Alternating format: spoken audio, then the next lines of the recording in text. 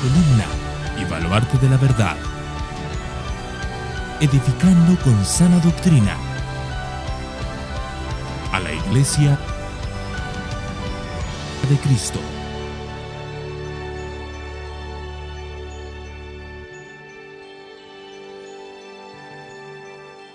Pero hoy vamos a seguir con 2 de Timoteo, capítulo 4 y el versículo 5. Hoy vamos a trabajar solo un versículo. Voy a centrarme solo en un versículo hoy. Creo que es suficientemente denso y amplio para poder exponerlo en toda una clase. Así que hoy me centraré en 2 de Timoteo, capítulo 4 y versículo 5. Y el apóstol Pablo escribe así a Timoteo: pero tú, sé sobrio en todas las cosas, sufre penalidades, haz el trabajo de un evangelista, cumple tu ministerio. Vamos a repetir el versículo porque solo es uno. Dice: pero tú, sé sobrio en todas las cosas, sufre penalidades, haz el trabajo de un evangelista, cumple tu ministerio. Hermanos, le hemos llamado al título, al mensaje de hoy, cumple tu ministerio. Le podíamos haber llamado, haz el trabajo de evangelista. Le podíamos haber llamado, sé sobrio. Le podríamos haber llamado, sufre penalidades. Escogí esa porque creo que es el que culmina con todo. Pero antes de entrar en estas palabras concretas, debemos recordar lo que Pablo le había dicho antes. Recuerden que la Biblia no son textos aislados, no son versículos que van solos. Pero ese versículo dice, uno de los mayores errores que cometemos a veces como creyentes es defender nuestras doctrinas con un versículo. No, pero es que hay un versículo que dice. Pero normalmente el peligro de esas cosas es cuando lo sacamos de su contexto. Muchas veces he escuchado hablar a personas de lenguas como de fuego. No, tienes que pedirle al Señor que te dé esas lenguas como de fuego, como las de Pentecostés. En la mente de esa persona, cuando leen Pentecostés y dicen que se derramaron lenguas como de fuego y que el Señor las dio a todos los que estaban, esas personas piensan que son esos idiomas que no son comprensibles para el hombre. Pero cuando nosotros leemos la expresión de las lenguas en Pentecostés en su contexto, vemos que hay personas de distintas nacionalidades que preguntan, ¿qué hacen esos hombres hablando en el idioma que nosotros hablamos desde que somos pequeñitos? ¿Qué hacen esos hombres hablando en nuestra lengua materna? Y ahí te das cuenta que las lenguas que dio el Señor, aprovechando un día de fiesta en el que se juntaban personas de muchas nacionalidades, era que hombres que solo hablaban un idioma, que Dios quería que predicaran el evangelio, porque dice que en esas lenguas hablaban de las maravillas de Dios. Lo que el Señor quería es que de golpe, aprovechando que hay personas de muchas nacionalidades, de muchos idiomas, que esos hombres llenos del Espíritu Santo empezaran a hablar en un idioma que no conocían y esas personas escucharan el evangelio. Un versículo fuera de contexto puede ser muy peligroso.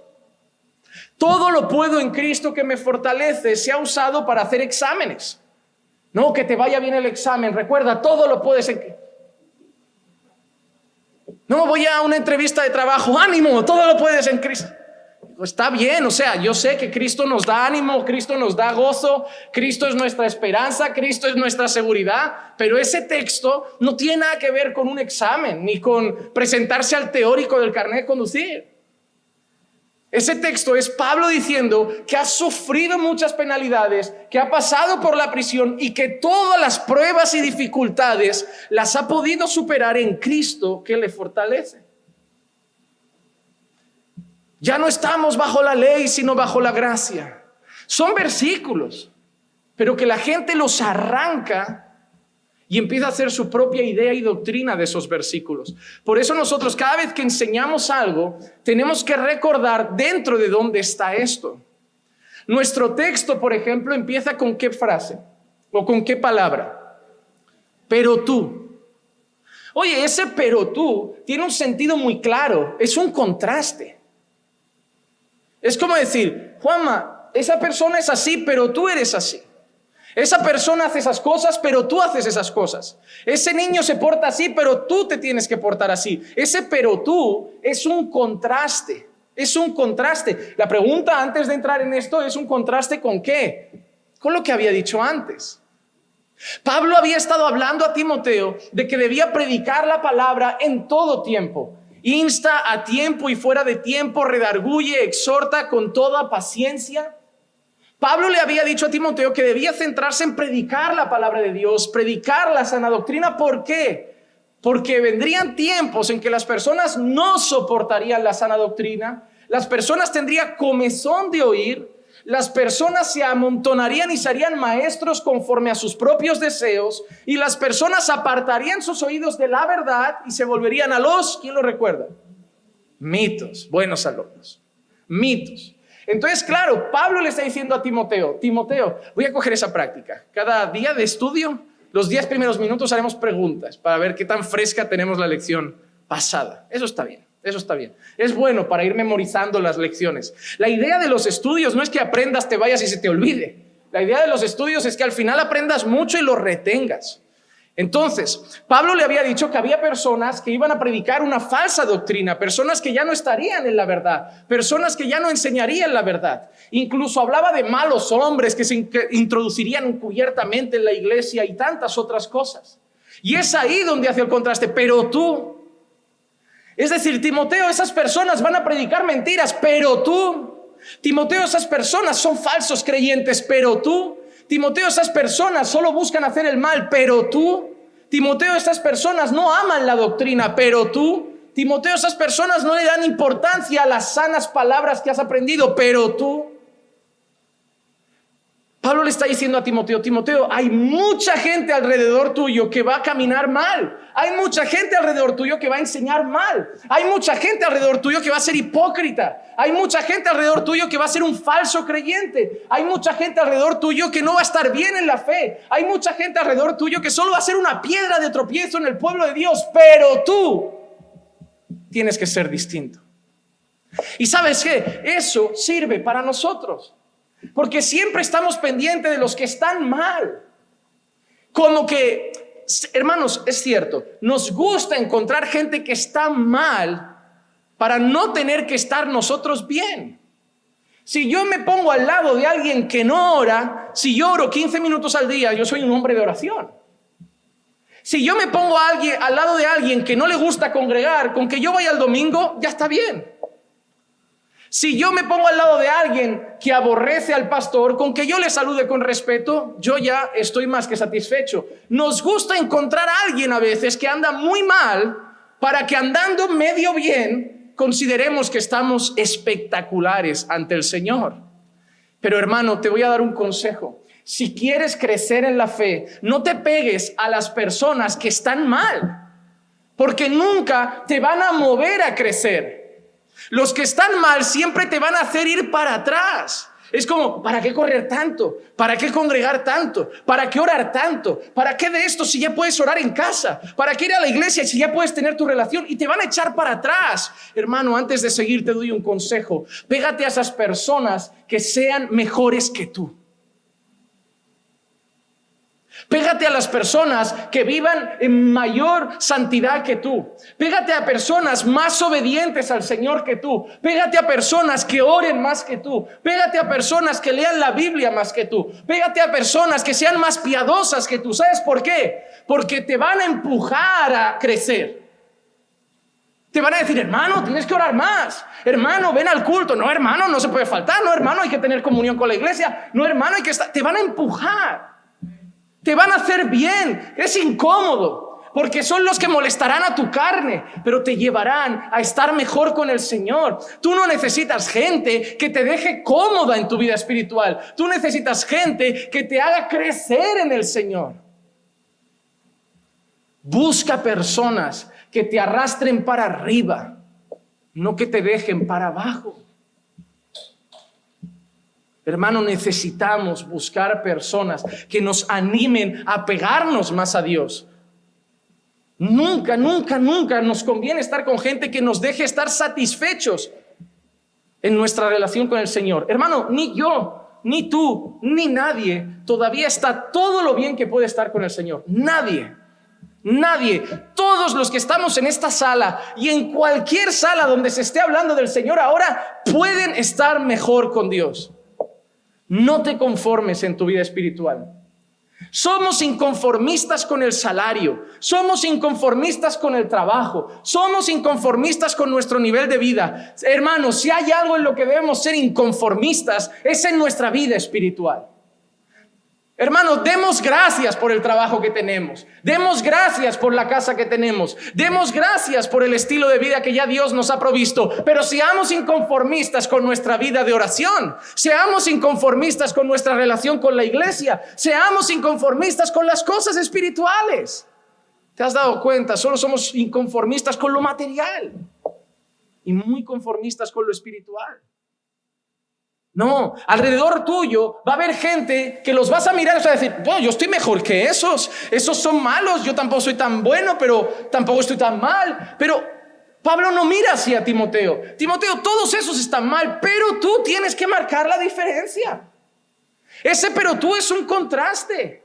Ellos enseñan herejía, tú enseña la verdad. Ellos caminan de cualquier manera, tú vive en santidad. Ellos no respetan el evangelio, tú sé fiel a lo que has aprendido. Pero tú, ¿te acuerdas cuando eras pequeñito, ibas a tu padre y le decías, pero todos han suspendido? ¿Qué decía tu papá? A mí no me importa lo que hayan hecho los otros. Pero papá, ha sido un 100% rotundo, nadie aprobó, no me importa. Si tu amigo te tira por un puente, tú también. Todo es la misma frase, ¿no?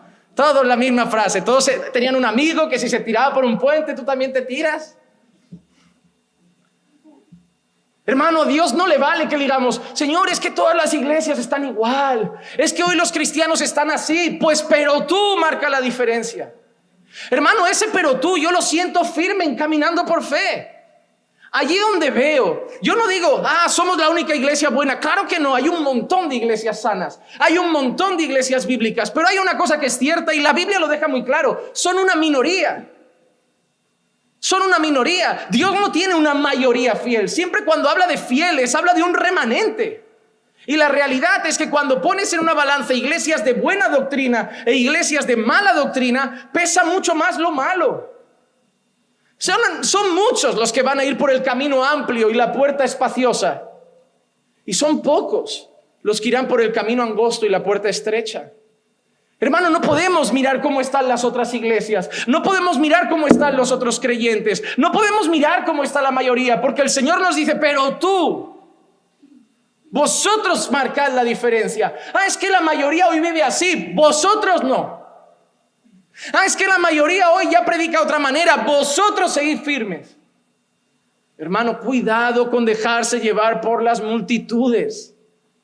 Cuidado por dejarse llevar por las multitudes. La iglesia mayoritaria en cada país no suele ser la iglesia del Señor. Suelen ser sectas, falsas religiones. La multitud no significa estar en el lado correcto. El Señor quiere que Timoteo marque la diferencia. Pero tú, asimismo el Señor quiere que donde tú estás marques la diferencia. Es que mis compañeros de trabajo son así, pero tú no. Es que mis compañeros del instituto son así, pero tú no. Es que todos los maridos son así, pero tú no. Es que todas las esposas son así, pero tú no. Para nosotros no sirven los genéricos de, es que todos los hombres, tú no. Es que todas las mujeres hoy en día, tú no. Tú debes mantener la diferencia. Tú debes vivir conforme a la voluntad del Señor. Y 4 cosas son las que le va a decir Pablo a Timoteo que debe tener en cuenta. 4 cosas. Se las dice a Timoteo relacionadas con su ministerio, pero son 4 cosas que a ti y a mí también nos sirven en nuestra vida cristiana.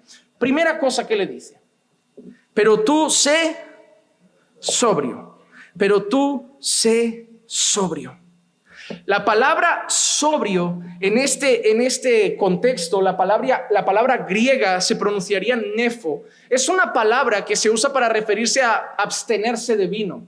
Cuando tú piensas en sobrio, ¿qué es lo contrario? Ebrio, una persona borracha, una persona. La palabra sobrio se refiere a una persona que está cuerda, a una persona que se abstiene del vino, pero aquí en este sentido, Pablo no está hablando de alcohol. Pablo no está hablando de que no beba. Cuando le dice sé sobrio, le está diciendo que tiene que ser una persona que está atenta. Las personas ebrias, hermanos, pierden la noción. Si alguien les va a pegar por detrás, ni se enteran. Si alguien les va a pegar un tortazo, los reflejos los tienen lentos. En la persona ebria es manipulable, ¿verdad? La persona ebria puedes hacer con ellos, siempre se hacen burlas, siempre se ríen de ellos, porque es una persona que no está razonando, es una persona que no está actuando con cabeza, es una persona que es fácilmente llevada ahora para donde uno quiere. Y la persona sobria es lo contrario. Cuando Pablo le dice a Timoteo, sé sobrio, le está diciendo que tiene que estar atento, que tiene que estar velando, que tiene que estar firme. ¿Por qué? Estamos en guerra, Timoteo. Estamos en guerra y la guerra requiere firmeza, requiere sobriedad. Tú no puedes estar descansando a la sopa boba pensando que estás en el paraíso. Timoteo, estamos en una batalla constante. Necesitas estar como un soldado, atento, que en cualquier momento sale un enemigo. Hermano, tú no has entendido cómo es tu vida. Déjame decirte una cosa. Tu vida cada día está sometida a tentaciones. Tu vida cada día puede estar sometida a luchas con tu propia carne. Tu vida cada día puede estar sometida a artimañas de Satanás. Porque no sé si lo saben, pero Satanás existe. Sí, no nos puede robar la salvación, pero puede hacernos llevar una vida espiritual miserable. Puede poner tentaciones en nuestro camino. Puede incluso lanzarnos, como dice la Escritura, dardos. Hacernos pensar momentáneamente cosas que no son. Hermanos, si debemos estar atentos. No, ¿por qué estoy pensando esto? Esto no es del Señor. ¿Yo qué hago aquí? Yo no debo estar en este lugar. Yo tengo que salir de aquí. Yo tengo que mirar a otro lado. Tengo que estar sobrio constantemente en mi vida. La vida del cristiano no se vive para adelante y a ver qué pasa. No es yo voy andando y lo que venga. La vida del cristiano es una vida que tiene que estar atento. Tiene que estar apercibido. A mí me gusta. Una vez un pastor que le encantan los animales, siempre que hace un ejemplo de un cristiano busca un animal, le gusta la fauna y dice, nosotros los cristianos somos como un suricato. Le gusta decir eso, le gusta decir porque el suricato es ese, lo han visto, creo que es Timón, ¿verdad? De Timón y Pumba, creo que Timón era un suricato. Es ese animal que se ve en el desierto, que lo ves siempre como... Está así como, pasa un águila a 800 kilómetros de distancia, el suricato está como, algo vuela, algo hay. Y realmente esa es la actitud que tenemos que tener como cristianos, como, uy, esto no huele bien. Por algún lado viene el león rugiente buscando a quien devorar. Esto no pinta bien. Uy, ¿dónde estoy? Esta conversación no llega a ningún lado. Tienes que estar vivo. Tienes que estar atento, tienes que estar sabiendo que constantemente te van a dar una pedrada y tienes que ir a esquivarla. Hermano, estar sobrio aquí es como, no sé si habéis jugado a eso de pequeños o de grandes, porque hoy da igual, es igual de divertido ese juego. Creo que se llama balón prisionero, eso, que es reventar a otro con una pelota. Y tú tienes que estar ahí y hay varias pelotas en el equipo contrario y tú uno la tiene y tienes que estar todo el rato atento, esquivando, cogiendo. Esa es la actitud del creyente. Ahora me tiene un belonazo por aquí, lo esquivo, de golpe me viene otro por aquí, lo esquivo, es constantemente eso. Debes mantenerte sobrio. Debes mantenerte sobrio. ¿Saben por qué uno de los motivos por los cuales yo soy una persona abstemia? No me gusta beber nada. Porque el alcohol, aunque muchos digan, no, una copa, pero nos puede llevar al tropiezo. Pasó con Noé y pasa con muchos en la Biblia. Un día la fiesta se alegra más, te pones la segunda copa, ya te pones un poquito achispado. No estoy ebrio, pero tampoco estás tan fino. Entonces soy pastor, yo no me puedo permitir el lujo de una palabra maldicha, de un chiste en mal lugar, de una actitud inapropiada. Yo sirvo al Señor, yo soy luz, yo soy sal. Entonces, para evitar un tropiezo tonto, me abstengo y digo, no, yo no juego con los límites. La Biblia dice, ¿podrá acaso ponerse a alguien fuego en el pecho y no quemarse? Hay gente que le gusta ir al precipicio a ver hasta dónde puedo llegar. Y hay gente que es sobria, que le gusta ir 2 pasos para atrás. ¿Pero por qué no vas? Porque yo no confío en mi carne. Cuando alguien dice, pero no te fías, no me fío de nadie, es que no me fío ni de mí. La Biblia dice que soy débil, que la carne es débil. No te fíes, hermano. Pero no confías en tu mujer. Confío, pero no la dejo sola con un hombre. Pero no, es que es de carne. Yo tampoco me voy a meter, pero no significa que piense que, ay, es que está pensando es que es de carne, las debilidades están ahí, las luchas están ahí, las tentaciones llegan por cualquier lado. La gente que juega y que cree que es súper fuerte espiritual son la que mañana está fuera de la iglesia rebozándose en el pecado, y todo empezó con no pasa nada. Hermano, no juegues, sobrios, atentos en la vida espiritual. Y mira, son varias áreas en las que debemos ser sobrios. Por ejemplo, debemos ser sobrios en la guerra espiritual, como hemos dicho. Primera de Pedro, capítulo 5, versículo 8, dice así: sed de espíritu sobrio. Sed de espíritu sobrio. Mira qué comparación hace. Estad alerta. Vuestro adversario el diablo anda al acecho como león rugiente, buscando a quien devorar. ¿No ves? Él no puede robarnos la salvación, pero ¿qué puede hacer? Él puede llevarnos a tropezar. Él puede distraernos. Hay un montón de gente que el diablo los tiene bailando la sopa boba, que no tienen tiempo para el Señor, no tienen tiempo para orar, no tienen tiempo para congregar. El diablo está feliz. Dice, mira qué vida cristiana que lleva. Los va distrayendo con 1000 cosas. Hermano, Él no te puede quitar la salvación, pero lo que puede hacer para arruinarte lo hará. Y si te puede alejar del Señor un poco, lo hará. Y si te puede alejar de tu vida de oración, lo hará. Y si te puede alejar de la comunión con el pueblo, lo hará. Te distraerá como sea, usará cualquier artimaña. Y por eso debes estar con un espíritu sobrio. Estar alerta. Debes ser consciente de que Él anda como león rugiente buscando a quien devorar. Si te dijeran a ti que esta noche vienen a robar tu casa, ¿cómo estarías? No dormirías. ¿Por qué? Porque te habrían avisado de que viene un adversario, ¿verdad? Y tú estarías atento cada ruido, ¿verdad? Cada ruido del bosque o de la calle, cada ruido. Es más, yo creo que te imaginarías hasta ruidos, porque estarías tan pendiente de eso. Pero hermanos, a nosotros el Señor nos ha dicho que hay un adversario que viene para hacernos tropezar, para distraernos, para hacernos caer en tentaciones, y nos relajamos. Él nos ha avisado. Él nos ha avisado para que estemos igual de atentos, como si te dijeran, hay peligro en casa esta noche. Él te ha dicho, hay alguien que te odia, mi mayor enemigo, el enemigo de tu alma, que busca devorarte y anda alrededor tuyo. No puedes estar descansando a la sopa boba sabiendo esa realidad. Hermano, hay muchos matrimonios que son zarandeados por el diablo y ni se dan cuenta. Hay muchas familias que son zarandeadas por el diablo y no se dan cuenta. ¿Y saben por qué? Porque no velaron. Porque tomaron malas decisiones. Porque no estuvieron alerta y dieron pie a que Satanás pudiera zarandearlos como trigo. Hermano, cuidado. Él está ahí. La guerra espiritual es real. Nuestra lucha no es contra carne ni sangre, sino contra principados y potestades, contra huestes espirituales de maldad en las regiones celestes. ¿No te ha pasado nunca estar discutiendo en tu matrimonio y pararte un segundo y decir, ¿cómo hemos llegado a esta pelea? ¿Cómo hemos llegado a gritarnos? Por una tontería, que es que la conversación ni era por aquí, ahora nos estamos tirando unas pedradas. El enemigo aprovecha, hermano. El enemigo aprovecha. La Biblia habla de no deis lugar al diablo. Y a veces le damos lugar, sobre todo con la ira. Todo empieza por una pequeña discusión y le damos lugar y acabamos con una discusión seria. Que uno luego piensa y dice, pero ¿cómo hemos avergonzado al Señor así? Y Él feliz, como diciendo, mira, la salvación no se la quito, pero hoy les di el día.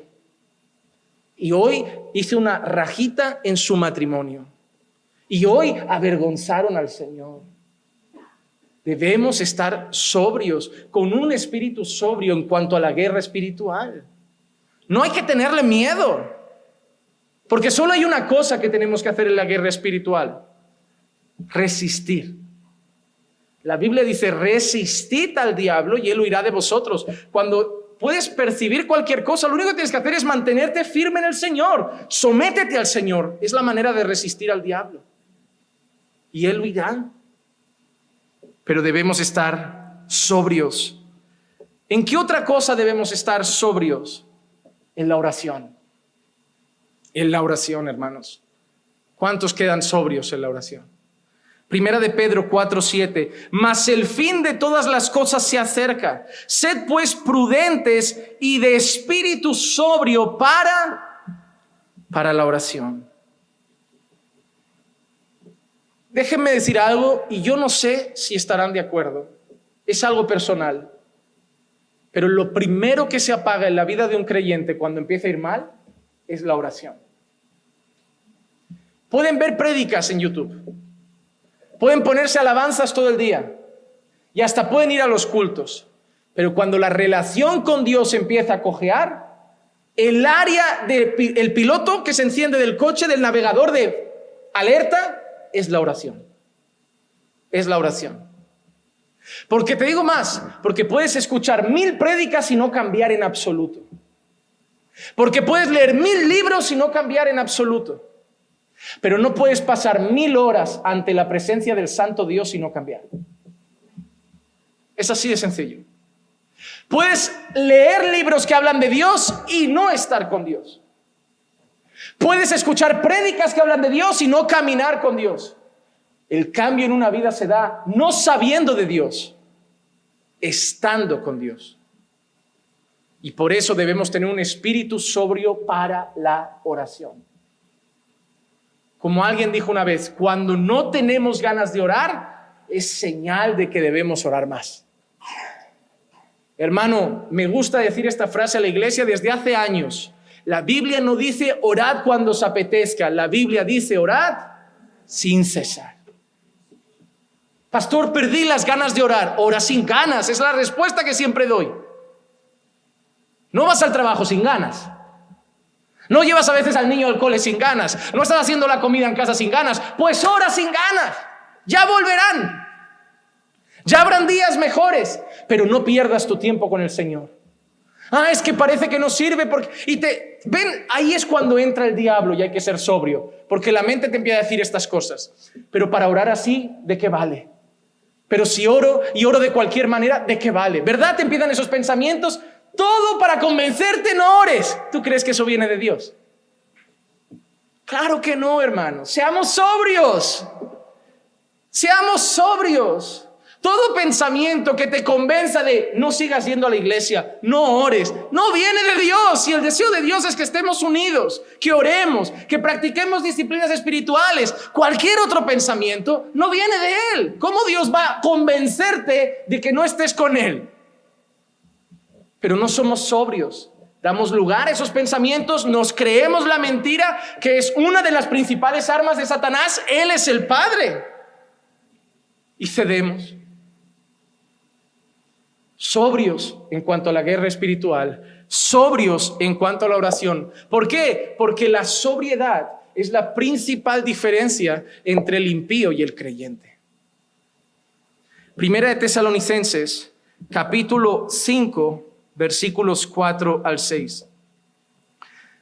Mas vosotros, hermanos, no estáis en tinieblas, para que el día os sorprenda como ladrón.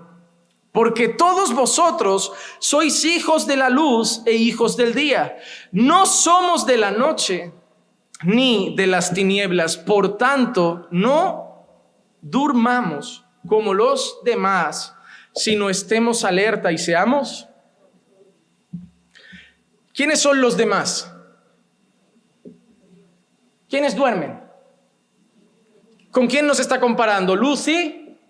¿Quién está en tinieblas? El mundo. Y dice que el mundo, ¿qué está haciendo? Durmiendo.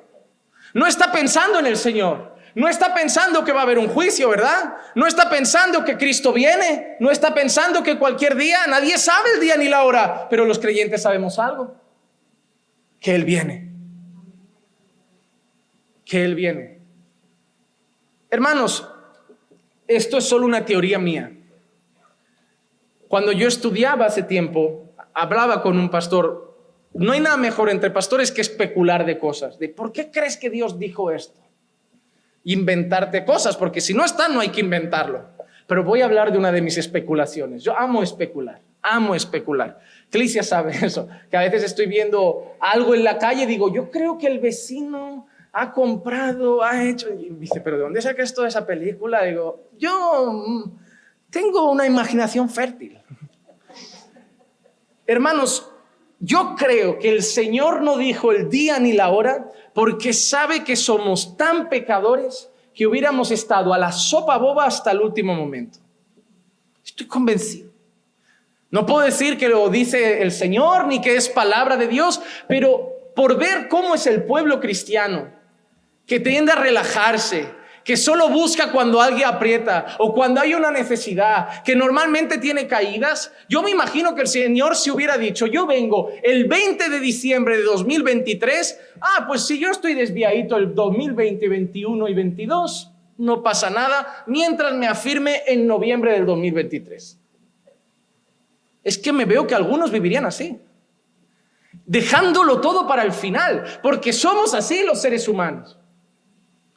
Somos así los seres humanos. Aquí hay padres que les dicen a sus hijos, no dejes el examen para último día, estudia cada día. Se lo dicen porque es lo que hay que hacer. Pero cuando hacen el curso de membresía y yo veo las tareas, digo, esto lo ha hecho corriendo, una chapuza.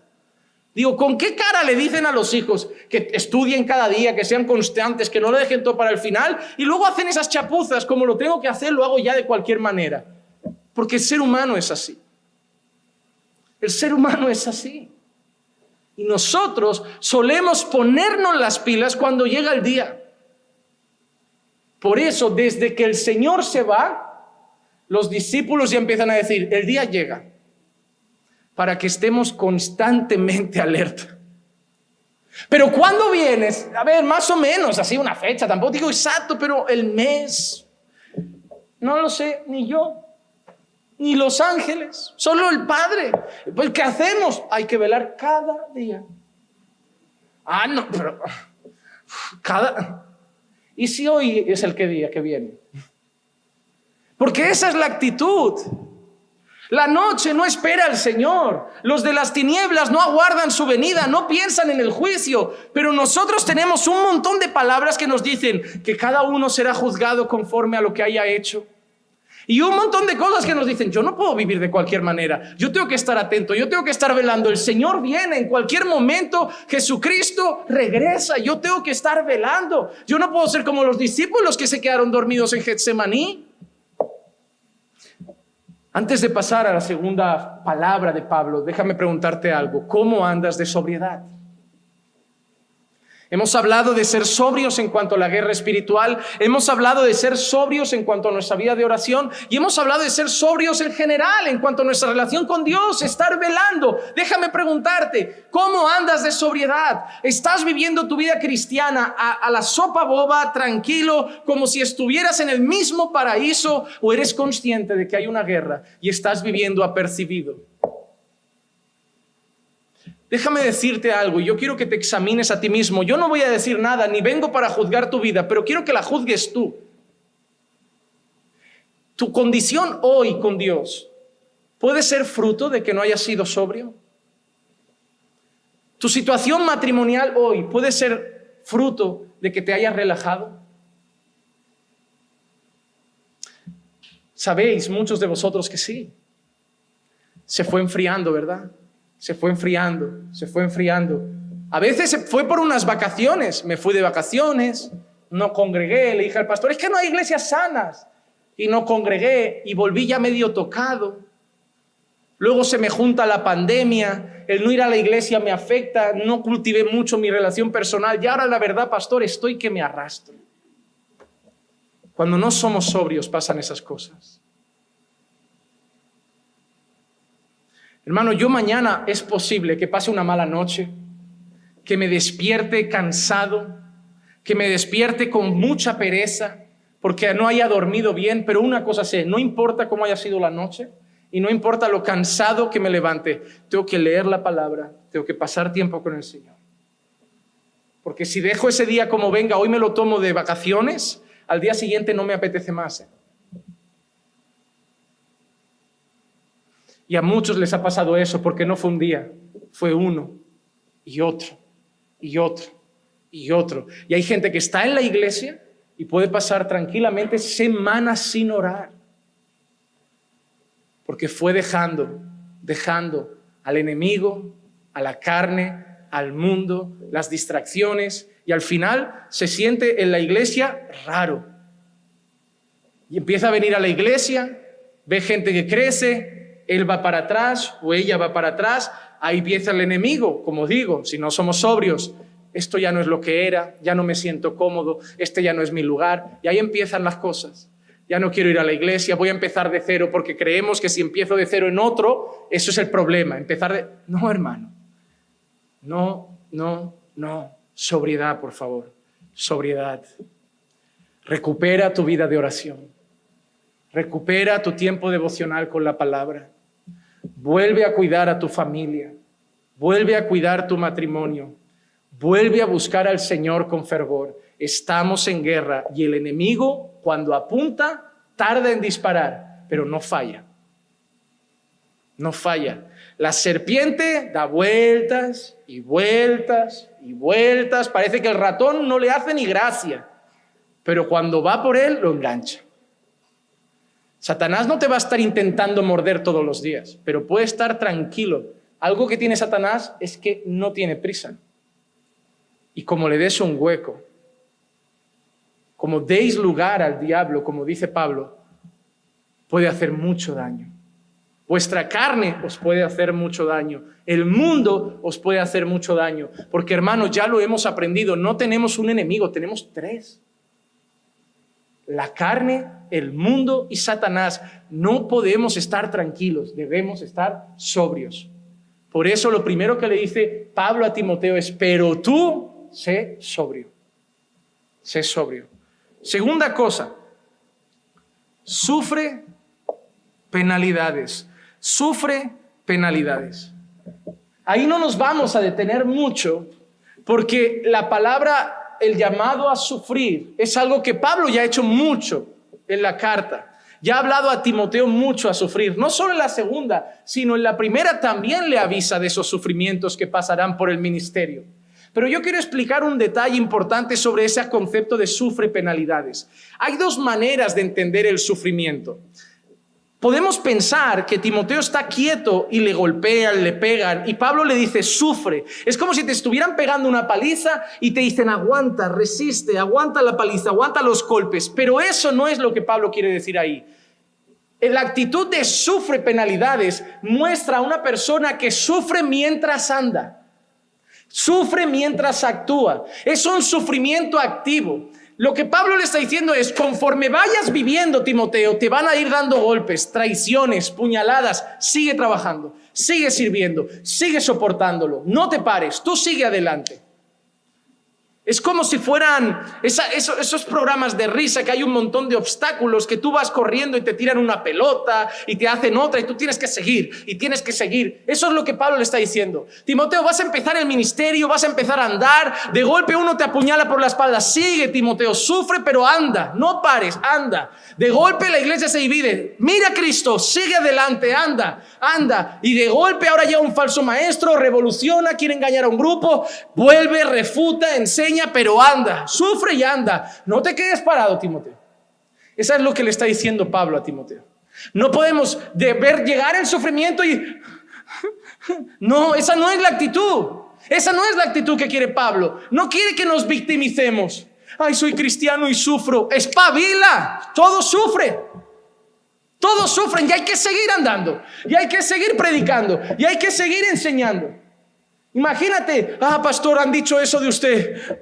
Marcos, ve tú el martes. Yo estoy triste. No levanto cabeza. El jueves también. Marcos, dile a la iglesia que esta semana no puedo ir. No, hay que ir. Y estará ahí el que te ha traicionado. Y estará ahí el que te dirán que habló mal de ti. Y predicarás y te mirará la cara. Y le dirá amén. Y tú fingirás que nada pasa y tu gloria al Señor. Pero vamos para adelante, que la obra sigue. Y hay más que quieren que 2 o 3 que no quieren. ¿Saben que ese fue mi gran problema? Pasé mucho tiempo perdido, preocupado por cabras. No os vayáis, quedaos aquí. Y las ovejas, como no daban trabajo, las dejaba ahí. Como no hacían nada y no daban problemas, ni las cuidaba. Hasta que alguien me hizo abrir los ojos como, ¿hasta cuándo pastorearás cabras y descuidarás ovejas? Y yo dije, es cierto. Vivo escribiéndoles, preocupado, angustiado por si se van. Son cabras, ¿qué pasa si se van? Y yo, tienes razón, estoy desnutriendo a las ovejas, que son los que necesitan una visita, una llamada, un mensaje, y perdiendo el tiempo con los que critican, no aman la iglesia. No se acabó. Hermano, todo empezó a fluir. Dije, si la cabra quiere venir, que venga, que escuche la palabra, y oraré para que el Señor toque su corazón. Pero yo no voy a perder mi sueño por esas personas. Yo voy a sufrir porque me harán daño, porque las cabras gritan, hacen daño, intentan dividir, traen problemas, pero yo seguiré con las ovejas. Yo estoy aquí para cuidar del redil. Y es verdad, normalmente nos centramos en los que dan. ¿Te has dado cuenta que el niño problemático de clase es el que roba toda la atención de la profesora? Y los que no hacen nada son los que al final quedan. No, hermano, Satanás, hemos dicho, Satanás está ahí, distrae de muchas maneras, pierde el tiempo con uno y descuida 90. No, se acabó. Voy a centrarme en los que quieran. ¿Quieres ser pastoreado? Yo te cuido. ¿Quieres aprender? Yo te enseño. ¿Quieres que nos llevemos bien? Yo te voy a amar. ¿Tú no quieres nada? Yo no voy a preguntarte nada. Porque yo no puedo cambiarte. Porque yo no puedo convertirte. Porque yo no puedo volverte una oveja. Yo puedo orar por ti. Pero yo tengo que cuidar ovejas. Predicar a todos, pero pastorear al redil. Hermanos, Timoteo iba a sufrir mucho, pero debía seguir adelante. Debía seguir adelante. Y el ejemplo que nos da la Escritura muchas veces son los profetas. Miren, por ejemplo, Santiago 5:10, en nuestra carta de los jueves llegaremos un día. Dice, hermanos, tomad como ejemplo de paciencia y aflicción. ¿De qué dos cosas? ¿De qué dos cosas tenemos que tomar ejemplo? Paciencia y aflicción a los profetas que hablaron en el nombre del Señor. Hermanos, si alguien sufrió en el Antiguo Testamento son los profetas. Al que no le cortaron la cabeza, lo rajaron por la mitad, lo cortaron, mataron a su familia, los profetas. Tú imagínate que el Señor te coge y te dice, ¿ves a ese pueblo que mata a todo el que le dice algo, que descuartiza a todo el que habla de pecado, y diles que la ira de Dios viene sobre ellos? El profeta iba, hermano, y sabía las consecuencias. ¿Por qué valoramos mucho la actitud de Natán con el rey David? Ir a un rey, ponerle el dedo en la nariz y decirle, ¿ese hombre eres tú? Eso uno lo hace con los pies temblando. Al rey no se le iba a ver de cualquier manera. ¿No recuerdan la historia de aquella reina que tenía que ir a hablar con un rey? Dijo, es que si el rey no te llama, tú no puedes entrar allí como Pedro por su casa. Oye, rey, una cosa, ¿qué hay para cenar? Esa mujer, cuando le dicen que vaya, incluso dice, y a mí el rey hace un montón que no me llama. ¿Saben qué significa? Que esa señora estaba en su alcoba ahí, solita, viviendo su vida. Cuando el rey quería reina, reina. Era así en aquel entonces. Por eso arriesgó su vida. Porque meterse a hablar con el rey, sin que el rey te diera permiso, te hubiera llamado, te podía costar el cuello, a no ser, recuerdan, que extendiera el cetro. ¿Qué es lo que pasó con ella? Pero que un profeta fuera un rey y le dijeran, ¿por qué le cortaron la cabeza a Juan Bautista? Cuando alguien denuncia el pecado, ¿cómo reacciona la gente? ¿Cómo reacciona la gente? Hermano, ¿cómo reaccionábamos nosotros cuando estábamos en el mundo? ¿Y cómo seguimos reaccionando aún siendo creyentes? Vamos a ser honestos, a nadie le gusta ser corregido. Nos pueden gustar las palomitas, nos pueden gustar las pipas y nos pueden gustar el chocolate Nestlé con almendras, pero la corrección no le gusta a nadie. Tenemos que orar para que el Señor nos haga humildes, para aceptarla, para tragar y respirar, pero no nos sienta bien. No nos sienta bien. Y normalmente cogemos rabia con aquel que nos corrige y soltamos los versículos clave de el que esté libre de pecado, que tire la primera piedra. No juzgues para no ser... Pero en el fondo es que me molesta que me digan la verdad. Y debemos tomar ejemplo de los profetas. ¿Por qué? Porque iban con el mensaje del Señor, el pueblo los odiaba y el Señor les decía, ahora vuelve y di esto.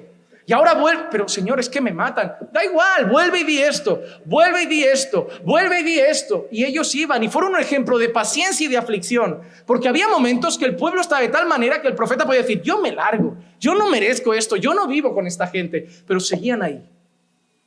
El profeta nunca abandonaba al pueblo.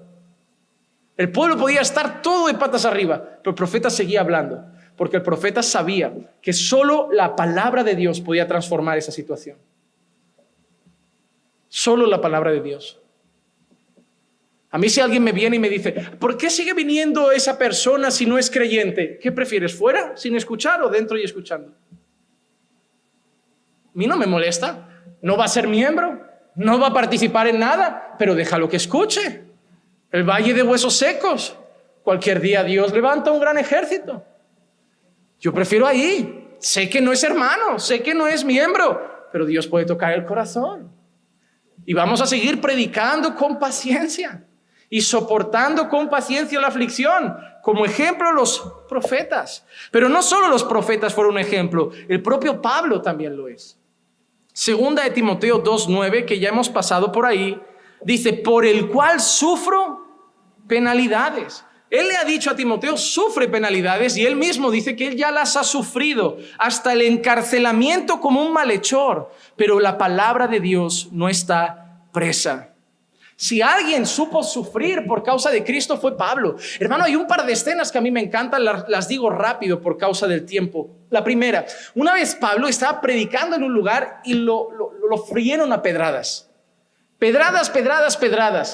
Y se lo tienen que llevar, prácticamente arrastras. La ilustración es Pablo medio moribundo, la gente lo lleva a un sitio y lo empiezan a curar, lo empiezan a tratar, empiezan a curar sus heridas. Y a la que abre los ojos, se levanta como, vámonos. ¿Dónde, Pablo? A predicar. A ver, Pablo, 15 días de baja. ¡Ay de mí si no predico el evangelio! Esa fue la respuesta de Pablo. No, es que necesito tomarme unos días. ¡Ay de mí si me callo! Para esto me llamó el Señor. Las pedradas no me van a frenar. Los latigazos no me van a frenar. Y si me meten en la cárcel con Silas, cantamos al Señor. Pero donde yo esté, el Señor es proclamado. Vengan pedradas o vengan prisiones. Qué actitud, ¿verdad? Qué actitud. Y déjame decir una cosa importante sobre Pablo, que no se nos debe olvidar. Pablo no era un hombre mejor que nosotros. Clicia está empezando a leer con las jóvenes un libro de MacArthur sobre 12 mujeres. MacArthur, yo lo recomiendo, es excelente. Tiene un libro muy parecido, pero con 12 hombres. 12 hombres comunes. Y enseña cómo Dios toma hombres comunes para hacer cosas maravillosas. Hermano, los hombres que Dios ha usado en la historia no son superhéroes. Y Dios se ha encargado de mostrarlo porque la propia Escritura muestra sus debilidades. Para que nosotros entendamos que hombres débiles y fallos fueron usados por Dios. Porque la excusa de yo no soy Jesús, esa vale, la entiendo. Pero ¿qué pasa a decir? No soy Pablo. Pablo no era el Mesías. Pablo no era totalmente Dios. Pablo era un hombre ex asesino, ex perseguidor. ¿Qué tiene Pablo que tú no tengas? Tú puedes hacer lo mismo que hizo Pablo si te dispones como Pablo a dar tu vida al Señor. Hermano, Dios puede usarte. Dios no tiene predilectos. Dios no dice, este no lo quiero usar, este es un estorbo, cualquier. No, hermano. Lo que pasa es que Dios tiene hijos que se entregan más. Hay hijos que llegan por el día y prefieren ver la tele, y hay hijos que llegan y prefieren leer la Biblia. Obviamente el Señor alimenta a uno más que al otro. Pero si el que quiere ver la tele la apaga y se pone a llenarse, el Señor también va a tratar con él. Pablo decidió darle toda su vida al Señor. En una ocasión, Pablo está partiendo para un sitio y llega alguien y dice, mira, de quien sea este cinto, el Señor muestra que lo que le espera allí delante son cadenas, son prisiones, son sufrimientos. Y la gente dice que empezó a rogar a Pablo que no fuera.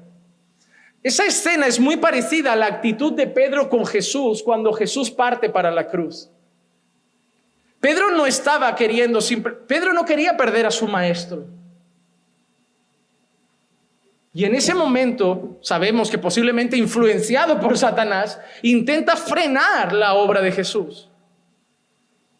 Pablo iba a ir a un lugar a predicar y lo intentan frenar, yo lo entiendo. Si ya te anuncian, vas a sufrir, vas a pasarlo mal, hay cadenas, hay prisiones. Pero dice que incluso dice que lloraron. Me los imagino abrazando a Pablo con lágrimas. No, Pablo, no te queremos perder. No te queremos perder. Pero Pablo le dio igual las lágrimas. Él tenía una misión. Y Pablo fue capaz de decir, yo no estoy dispuesto solo a ir a la cárcel. Yo estoy dispuesto hasta morir por causa de Cristo. ¡Qué hombre! Pablo no le dice a Timoteo, sufre penalidades como alguien que no sabe de lo que está hablando, sino como un ejemplo de ello. Como un ejemplo de ello. Así que, hermanos, en primer lugar debemos recordar que los profetas son un ejemplo, que Pablo es un ejemplo, pero yo quiero terminar esta parte de las penalidades, de los sufrimientos, con un recordatorio. Sufrir también glorifica a Dios. No creas que solo cantar es para la gloria de Dios. No creas que solo predicar es para la gloria de Dios. No creas que solo evangelizar es para la gloria de Dios. También se sufre para la gloria de Dios. Cuando una persona sufre aceptando la voluntad de Dios, aceptando la soberanía de Dios, y en vez de murmurar, en vez de reclamar, en vez de quejarse, sigue cantando, eso da la gloria a Dios. Porque cuando todo el mundo espera una queja, de golpe esa persona canta. Cuando todo el mundo espera, maldice a Dios y muere, esa persona responde, ¿recibiremos el bien de Dios y no recibiremos el mal? Ahí le das la gloria a Dios. Porque todo el resto del mundo respondería con queja. Y es lo que espera el mundo de ti. Quéjate ya de Dios. Quéjate ya de la situación. Está muy bonito lo de en todo dad gracias. Está muy bonito, pero ahora es el momento de la queja. Y tú, Dios dio, Dios quitó. Bendito, wow. Y el Señor es como, ese es mi hijo. Ese es mi hijo. Ese me ama por quien soy, no por lo que doy. Ese ha entendido que yo tengo el control en lo bueno y en lo malo. Ese no me canta solo cuando tiene trabajo. Ese no me canta solo cuando está bien. Ese me canta siempre porque soy Dios y digno de alabanza. El sufrimiento también le da la gloria a Dios. Primera de Pedro 4:16. Pero si alguno sufre como cristiano, esa expresión es por causa de Cristo, por el evangelio, por vivir una vida piadosa. Dice que no se avergüence, sino que como tal glorifique a Dios. Hermano, la Biblia lo dice, si a mí me aborrecieron, a vosotros también os aborrecerán, porque no se nos ha dado solo el creer en Él, sino el sufrir por Él. Constantemente sufre penalidades como buen soldado de Jesucristo. Vamos a sufrir, porque todo el que quiera vivir piadosamente en esta vida sufrirá. Pero si sufrís como cristianos, no os avergoncéis, dad la gloria a Dios. Comed para su gloria, bebed para su gloria, cantad para su gloria, vivid para su gloria y hasta sufrid para su gloria, para su gloria. Vamos a pasar a la tercera palabra, que si no se me va el día. Y esto que era un versículo, hoy con 2 no hubiéramos llegado. La tercera cosa que Pablo le dice a Timoteo, haz trabajo de evangelista. Haz trabajo de evangelista. Cuidado con esta traducción. ¿Por qué? Porque Pablo no le está diciendo a Timoteo que es un evangelista. No le está diciendo que tiene un ministerio de evangelista. No le está diciendo que es su oficio ser evangelista. Cuando Pablo le dice, haz trabajo de evangelista, la traducción griega literalmente es, continúa con el trabajo de proclamar el evangelio. Continúa con el trabajo de proclamar el evangelio. ¿Por qué quiero hacer ese matiz? Porque en la Biblia sí hay evangelistas que tienen ese llamado de Dios. Por ejemplo, Felipe. Conocemos el ejemplo de Felipe. Hechos capítulo 8, versículo 26, dice así: un ángel del Señor habló a Felipe diciendo: levántate y ve hacia el sur, al camino que desciende de Jerusalén a Gaza. Este es un camino desierto. Felipe es uno de esos hombres que fueron elegidos en Hechos capítulo 6, en la lista de esos hombres. Así que de Felipe sabemos tres cosas principalmente. Hasta ese texto sabíamos por lo menos tres cosas: que era un hombre lleno del Espíritu Santo y lleno de sabiduría, porque fue elegido entre esos hombres de Hechos 6 para atender las mesas y tenían que tener esas cualidades. Y que es llamado, en este caso, Felipe es llamado como evangelista. Se conoce a Felipe como el evangelista. Y es así de claro porque el Señor lo llama directamente a cumplir esa misión. Dice que escucha a alguien que le habla. Un ángel del Señor habla a Felipe y le dice: ve hacia ese lugar, y lo manda a un lugar donde teóricamente no habrá nada. Por eso hay una anotación de este lugar es desierto. Pero nosotros sabemos que allí Felipe se encuentra ¿a quién? Al eunuco etíope. Hay una conversión preciosa. Felipe predica el evangelio, el eunuco etíope cree y hace profesión de fe bautizándose en las aguas. Ese caso sí que es el caso de un evangelista, de una persona llamada por Dios para eso. ¿Por qué? Cuando nosotros leemos Efesios 4:11, vemos que Dios concede evangelistas a su iglesia.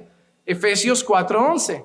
Y Él dio a algunos el ser apóstoles, a otros profetas, a otros evangelistas, a otros pastores y maestros.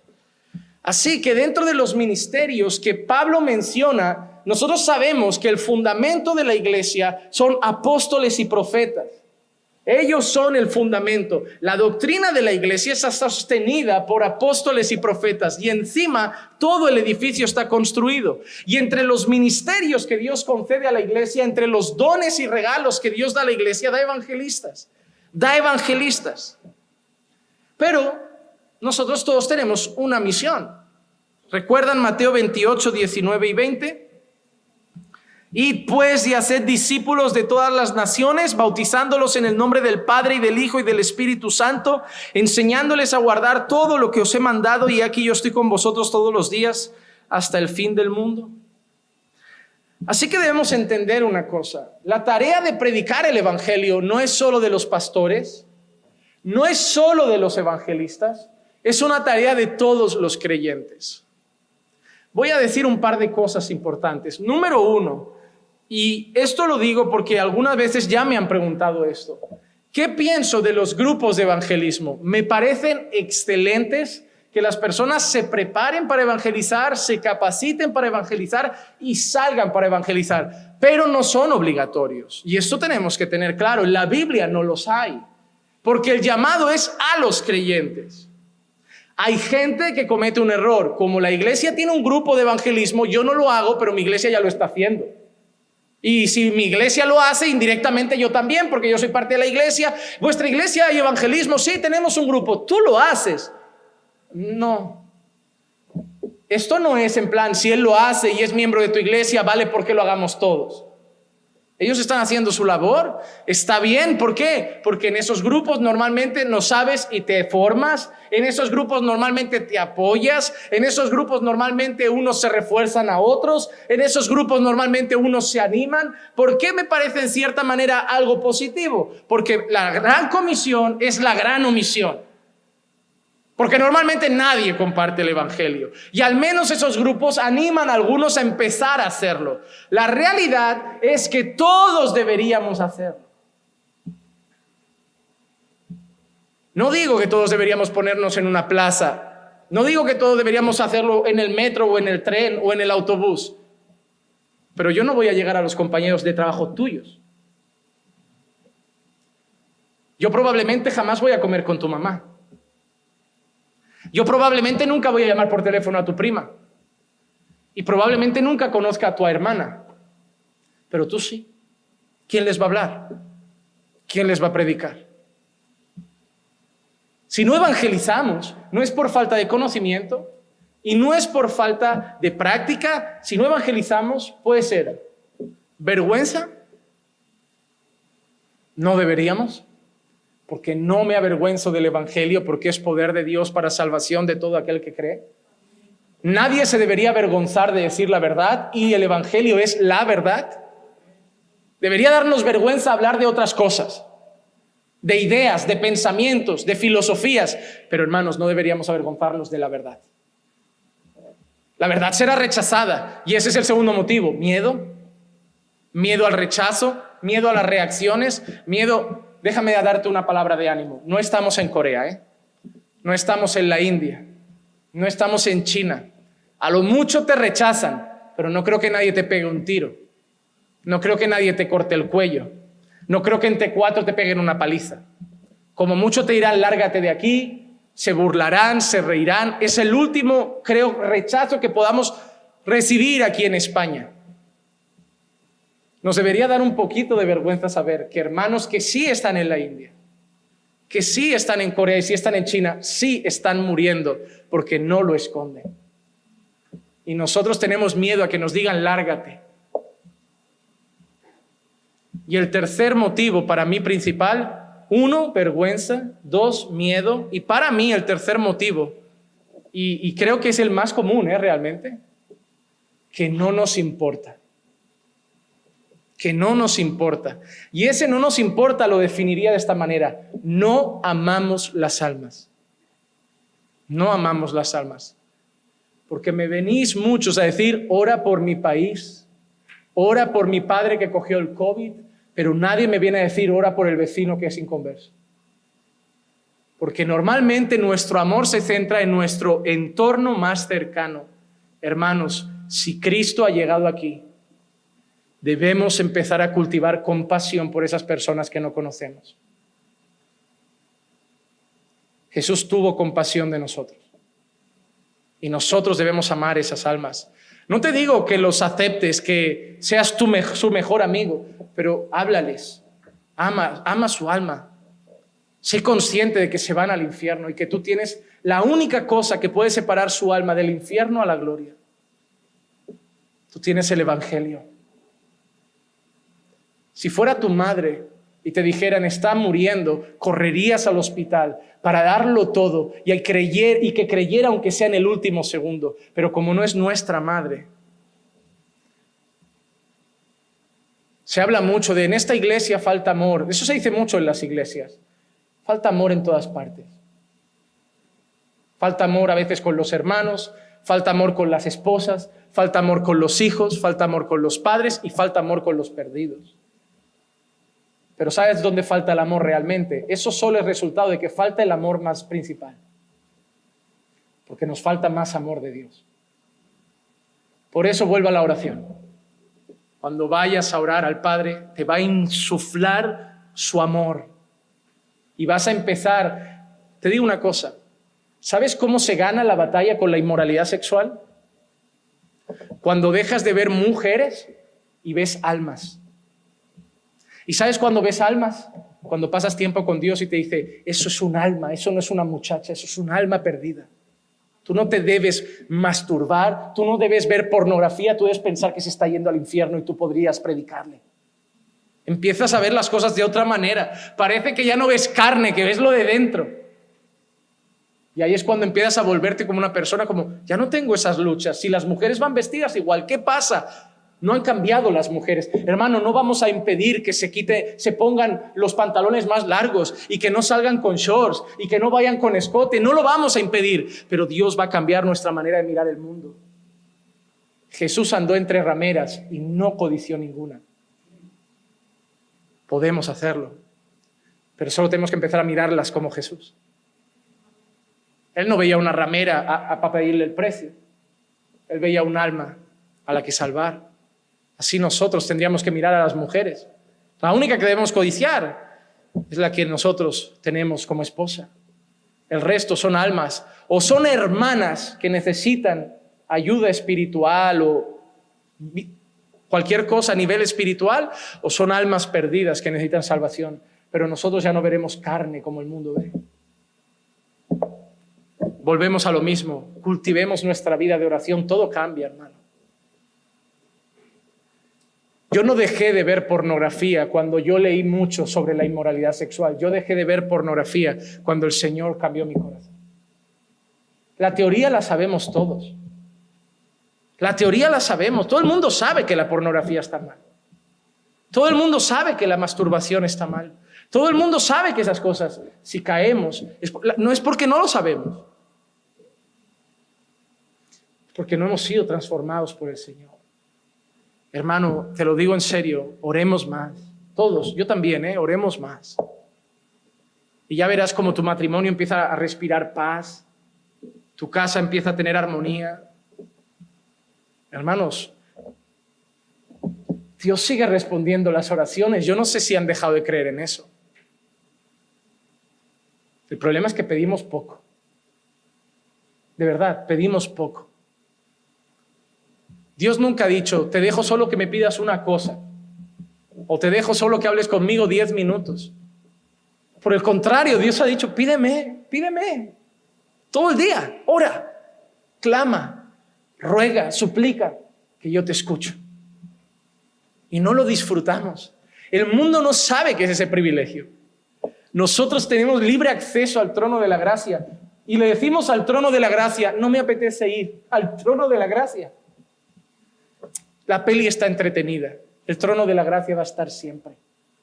Wow, hermanos, si supiéramos lo que Cristo nos ha regalado. Lo que Cristo nos ha regalado. Cuando Pablo le dice a Timoteo que haga trabajo de evangelista, se refiere a que predique el evangelio. Hay una diferencia entre un evangelista y cualquier creyente. Todos los creyentes debemos predicar.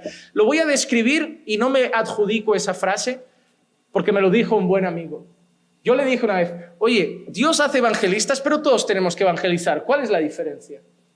Él me dijo, el creyente evangeliza porque debe orar, y debe evangelizar. Es su deber, es su responsabilidad y lo hace. Hasta a veces se debe forzar a hacerlo. El evangelista no puede hacer otra cosa. El evangelista no puede vivir sin hacerlo.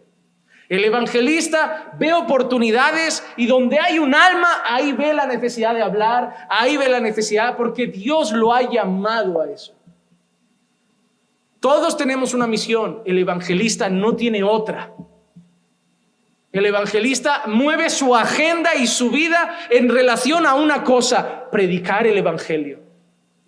Nosotros lo predicamos conforme vamos pudiendo porque es nuestro deber. Él vive para eso.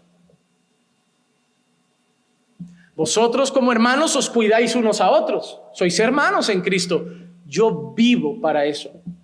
Yo tengo la responsabilidad de que no falte el alimento, de que no falte la instrucción, de que no falte la palabra, de velar por vuestras almas, de presentarlas al Señor en oración. Yo no puedo hacer otra cosa. Esa es la diferencia entre algo que debemos hacer todos como creyentes y un llamado de Dios. Un llamado de Dios. Y vamos a la última palabra, la cuarta. Hemos dicho, sé sobrio. Hemos dicho, ¿qué más? La segunda, ¿cuál era? Sufre penalidades. La tercera, haz trabajo de evangelista. Y vamos a la cuarta, cumple tu ministerio. Y quiero volver a destacar algo. La palabra ministerio aquí, realmente, para ser más precisos, debería ser la palabra que entendemos por diaconía. Lo que realmente está diciendo aquí Pablo a Timoteo es cumple tu servicio. Cumple tu servicio. Cumple tu diaconía. Cumple tu misión. Por ejemplo, hay otro hombre al que se le dice algo similar. Arquipo, Colosenses 4:17 leemos. Y decid a Arquipo, cuida el ministerio que has recibido del Señor para que lo cumplas. El Señor les había dado una misión a Timoteo, a Arquipo. Y Pablo le está diciendo a Timoteo que debe cumplir la misión que Dios le ha dado. ¿Por qué? Porque muchas veces, hermanos, a veces somos como Jonás. Dios nos manda a hacer cosas, pero tenemos una tendencia a querer ir en sentido contrario y huir de la voluntad del Señor, como si al final nos fuéramos a salir con la nuestra. Hermano, debemos cumplir la voluntad de Dios para nuestras vidas. Debemos cumplir la misión que Dios nos ha dado. Hace mucho tiempo de esto ya. Se me pasó hace mucho tiempo cuando, en un momento muy cansado del ministerio, Se me pasó por la cabeza decir, ¿sabes qué? Plego, me voy a la IEG, que es una muy buena iglesia, amo a los pastores, sé que voy a estar bien y me siento a ser un miembro más. Pero alguien me dijo, ¿y cuánto vas a durar? ¿Cuánto vas a durar ahí sentado y tus ojos van a empezar a mirar para todos lados? ¿Y por qué no se está haciendo esto? ¿Y por qué no se está haciendo eso? ¿Y por qué no se dice esto? ¿Y por qué? ¿Y por qué? ¿Y por qué? Si el Señor te ha puesto a servir en una cosa, aunque tú te quieras sentar, te vas a querer poner ahí otra vez, no vas a poder dejarlo. Hay un caso muy bonito. Había un hombre que se llamaba Martin Lloyd-Jones. Pueden leer libros de él, son excelentes. Ese hombre empezó a servir al Señor, era médico, trabajaba en la medicina, ganaba muy bien y empezó a servir al Señor. Y en un momento del ministerio, por motivos varios, Martin Lloyd-Jones decide dejarlo y dedicarse otra vez a la medicina. Puede haberse cansado, puede haber visto muchas aflicciones y decir, no, esto no es para mí, yo prefiero la medicina, más tranquilo. Los pacientes, si uno da trabajo, lo tratas medio mal, se murió, ay, se apagó, no pudimos hacer nada. Está ahí, más tranquilo. Pero al volver a la medicina, poco tiempo después, Martin Lloyd-Jones se vuelve al ministerio. Y un día alguien llega y le dice, ¿por qué has vuelto? Y le dijo, yo de verdad intenté volver a la medicina. Lo intenté con todas mis fuerzas. Sabía que iba, número 1, a ganar mejor.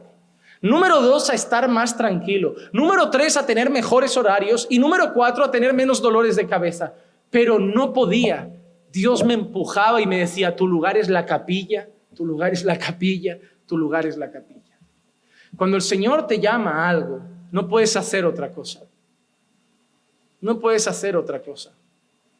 Cuando tu vida se dedica a predicar, a enseñar o a pastorear, hermano, tú tienes que forzarte a frenar y decir, tómate un poco de descanso. Porque trabajo hay para hacer todos los días y las 24 horas. Llamadas, correos, preparar sermones, preparar estudios, preparar discipulados, preparar material. Si hubiéramos tenido el campamento de verano, si lo hubiéramos tenido, hermano, son 5 sermones en 2 días y medio. Trabajo hay. Y tiene que llegar o tu esposa o alguien que te diga, tómate un rato de descanso, échate un rato. Y cuando se despistan, vuelves a coger el teléfono. Te tienen que controlar y decirte, dame el móvil, ponlo aquí. No es que lo haga, pero... ¿Por qué es así? Porque de golpe la lucecita del móvil lo tienes en silencio, pero empieza a parpadear blanco y dices, eso es WhatsApp. ¿Y si ha pasado algún hermano? ¿Y si tienen un problema? Eso sí, da mucho coraje cuando te escriben el WhatsApp 9:30 de la noche y la pregunta es, ¿qué tal? Digo, no, eso sí que no. Yo entiendo que te estés muriendo y que haya que orar, pero ponerte a la sopa o a charlar, yo no sé qué tú has hecho todo el día, pero yo ya quiero dormir. Eso es una indirecta, hermanos. Si alguno a las 9:30 empieza, pastor, mira este vídeo. No, hermano, no es buen horario, no es buen horario. Pero tenemos un llamado de Dios y debemos cumplirlo.